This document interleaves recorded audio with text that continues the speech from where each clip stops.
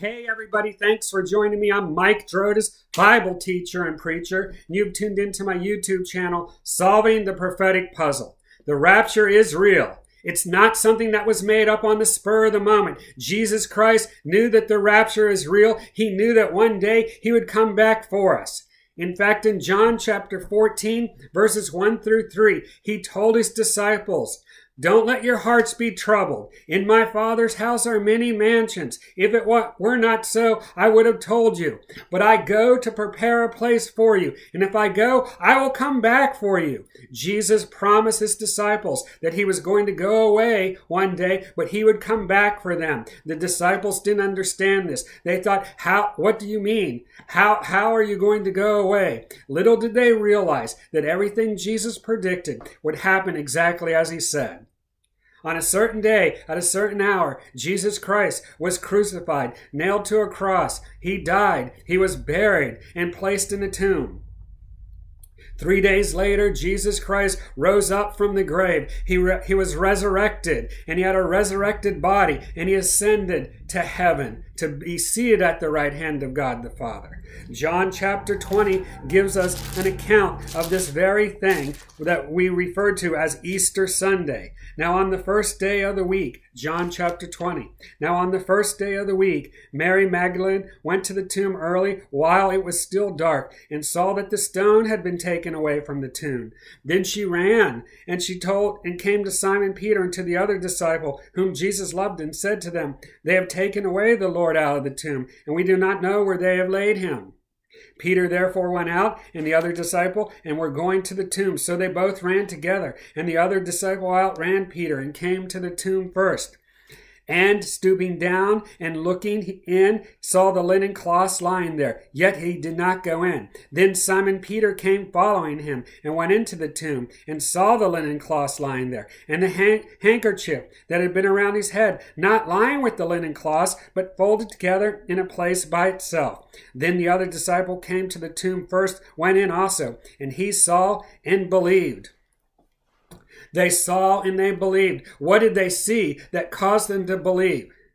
They saw an empty tomb for one thing, but what they also saw was the burial cloths. You see, when Jesus was buried, they wrapped him up in burial cloths, similar to the way the mummies were wrapped up. They wrapped cloths around his arms, cloths around his hands, around his body. They wrapped his entire body up in cloths, and then they anointed that body with aloes and myrrh and different ointments, and that would harden on those cloths.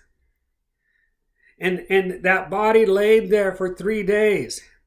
Yet when it was resurrected, there was no body. The cloths were not ripped to shreds. It appeared, as some reports, it appeared that the body just came right through those burial cloths. And they saw that, and they believed. In fact, if somebody were to steal the body, they would have took the cloths with them. The cloths were left there. How did Jesus get out of the cloth? Maybe he wasn't dead. Maybe he was simply acting like he was dead. And after they rolled him up in the cloths, he somehow was able to get out of those. No.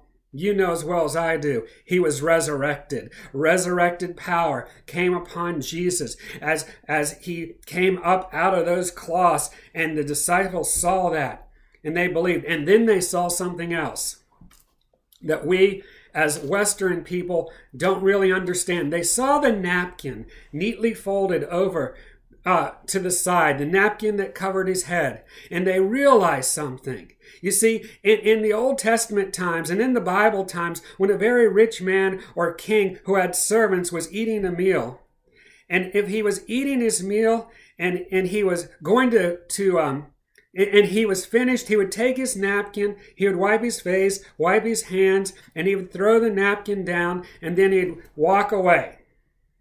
This indicated that the servants, that he was done with his meal, that they could come in, they could take the plates, they could clean up the table, they could clean everything up.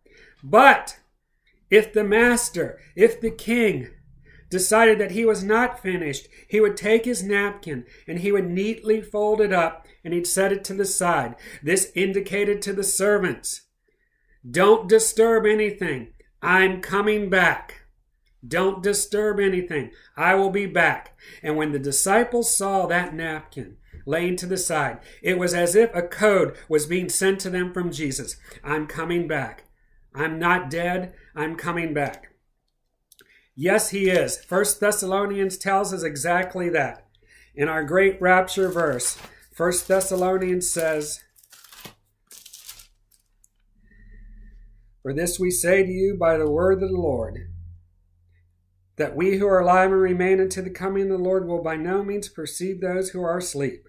For the Lord himself will descend from heaven with a shout, with the voice of an archangel, and with the trumpet of God, and the dead in Christ will rise first. Then we who are alive and remain shall be caught up together with them in the clouds to meet the Lord in the air. And thus we shall always be with the Lord. Therefore comfort one another with these words." How do I know that he's coming back? Jesus never lies. How do I know that Jesus is coming back? Paul tells us in 1 Thessalonians chapter 4 and in 1 Corinthians chapter 15. How do I know that it's not too difficult for Jesus to come back, to come down in the atmosphere, in the earth, above the earth, and to raise up the dead in Christ first, and then to transform us, to change us in a moment, in a twinkling of an eye, and catch us away? How do I know that that's not too difficult for Jesus? The very fact that Jesus was placed in a tomb. The stone was rolled over there. Nothing could get in and nothing could come out. Yet Jesus came up out of the grave, came up out of the grave clothes, came up out of the tomb, and he ascended. And he's with at the right hand of the Father right now. How do I know that that's not too difficult? Because Jesus Christ already did the most difficult thing. He conquered sin, hell, and the grave, and he caused a way for all men to be born again. That is the greatest miracle. So keep looking up.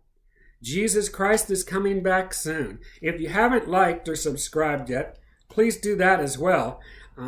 Every week I do a couple messages about the end times or about rapture. So until next time, as I usually say, keep looking up. Jesus Christ is coming back.